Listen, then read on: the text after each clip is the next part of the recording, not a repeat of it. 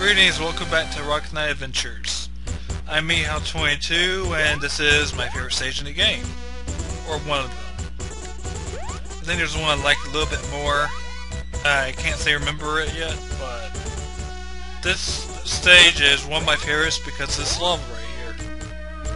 It has a rather unique feature of showing your reflection, which is very handy here, where your sight is, well, your view of the platforms is concealed, so you have to rely on your reflection or memory, if you've beaten this game before, to know where the platforms are. Also, if you proceed recklessly, you will die in one hit. It's pretty bad, but whatever. And there's a one-up. I have died pretty easily here because of the fact that I just shoot straight forward, or I get reckless and get hit by lava.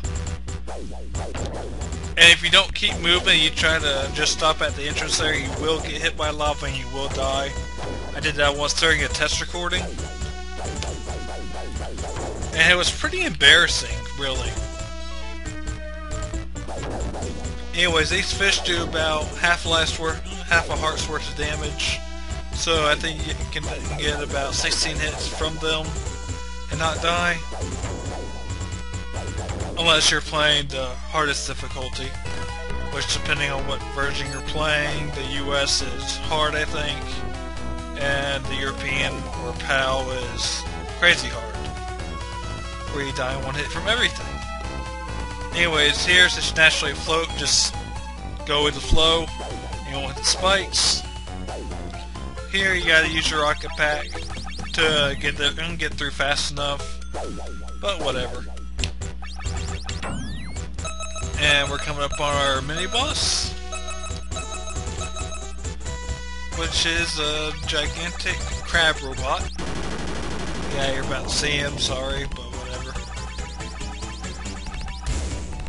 He's pretty easy to deal with, just focus on one pincer or the other, and he'll go down pretty quickly.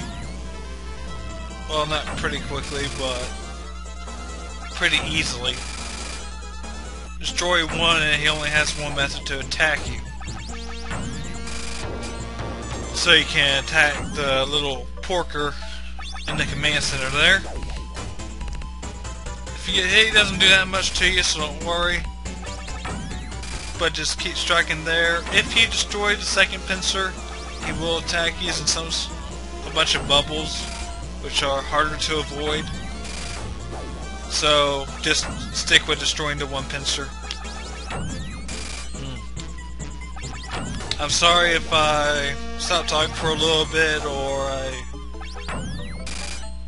I suddenly raised my voice, because I've been having issues in my ear for a while, for the past few days, and that's part of why I haven't been recording at all lately. I've also been having some family issues. I'm not going to go into it. If you want to know, you can PM me. I really don't care. But if you know me, I talk to you regularly, you already know about it. Or know some of it. But yeah, I don't really care. I'm just not going to go into my personal stuff on a YouTube video. Anyways, this here's a very nice platforming area. It can be pretty tricky since it's sort of unstable. And if you don't get off when it goes to the spikes, you will get nailed with them. I don't know if they kill you in one hit or not, but whatever. Here comes the boss of stage 3. Now normally you can't walk across here, but since he's consuming the platforms at a pretty decent speed, you don't have to worry about it, you just walk across. And make sure you're on the right side when he emerges, because he spits out healing items, bananas, or nanners, as my dad and I sometimes call them. and the pilot jumps out and you get to whack him. That's your only chance to damage him. This time, same cycle repeats, or except for it's on the other side, you gotta take the high road. And if you're going too quickly, or if you keep going before he, after he stops, you will fall into the lava. You'll lose about 3 hearts worth. You won't die instantly, which is pretty generous. And I do believe I fell in here, which is fine. I got 7 lives.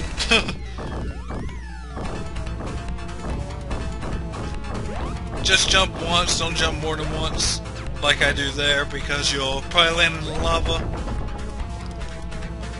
and lose 3 hearts. But that's fine, because I just get bananas and I'm good to go. Then I get to hit this guy one more time and he's screwed. Goodbye. Now here you can get Sparkster to freeze on many little poses. I like to shoot him up at the end of the stage and watch him fall down so he'll freeze like that. I think it's pretty humorous, but whatever. If you're lucky, you can get him frozen where he's taking off his helmet and saying "let's go." And here comes, is it King Zebulos or Zebulon? I can't remember. Anyways, he's the king, your leader, whatever, and he shoots you off into the sky for some odd reason. Oh yeah, at the end, the Axel Gear ship. Axel Gears, not Axel Gear. Whatever. Tongue tie.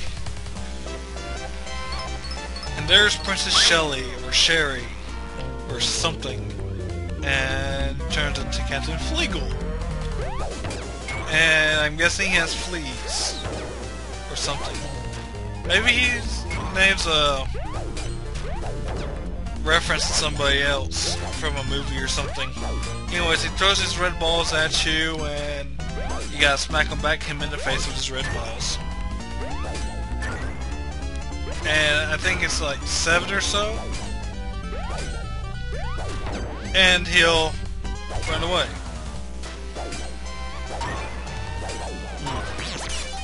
Like that.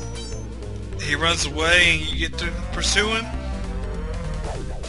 Shoot straight up and here comes the fun part. Oh, one of the fun parts.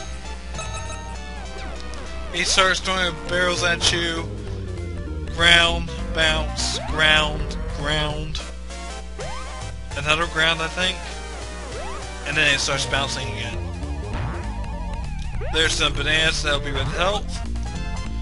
And he won't roll anymore unless you don't get to him and smack him there. How does he keep coming back? Anyways, you get on this little pedestal which is in the shape of a pig snout. Go figure. Yeah, apparently the possum's main enemy is the pig. But these guys are like little lead weights, I guess. I confuse them with bombs sometimes, but I figure that's not really accurate, considering they don't explode. This is pretty mean right here, because you gotta drop down and shoot straight back up as soon as possible. Otherwise you'll fall down to the bottom and die. So that's pretty mean. Put a 1 up there like that. They do it in stage 2 as well. I missed it during the recording. Whatever. Here's a little mini boss for this stage, and your first and only chance to hit him by shooting straight down is at the very beginning. Otherwise you can hit him again, but you risk just flying off to your death. But so you have to rely on these little lead guys to drop down and hit him in the head.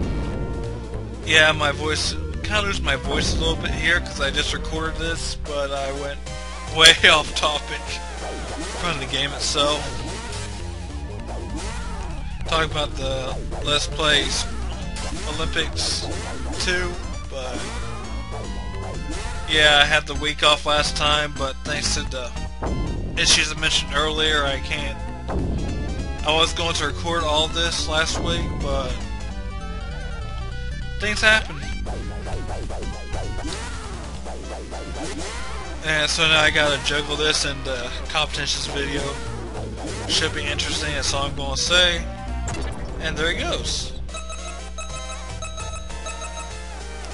This can be pretty difficult because I don't really have good hand-eye coordination, so I misjudge the jump sometimes, like right there. I should have fallen off, but whatever. And I'm pretty crappy here too.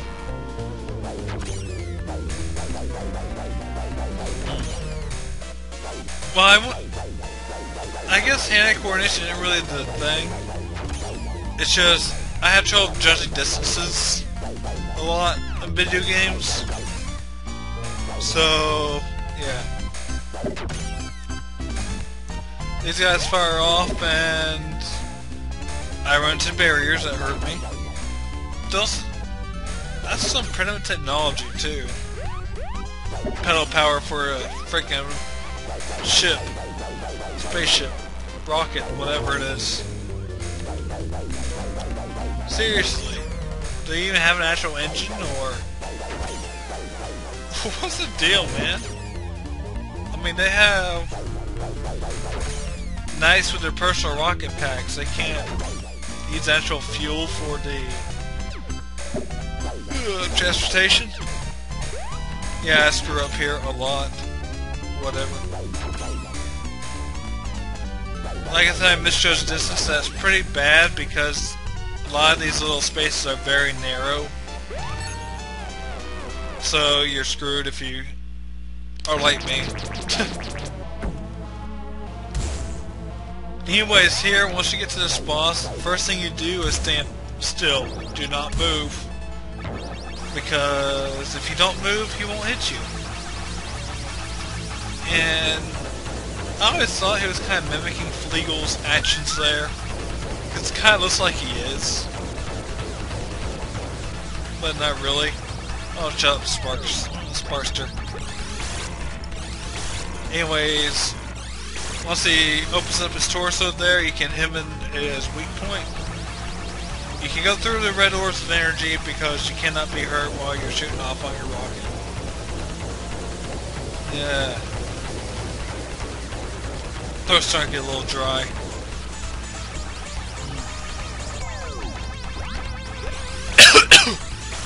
Sorry.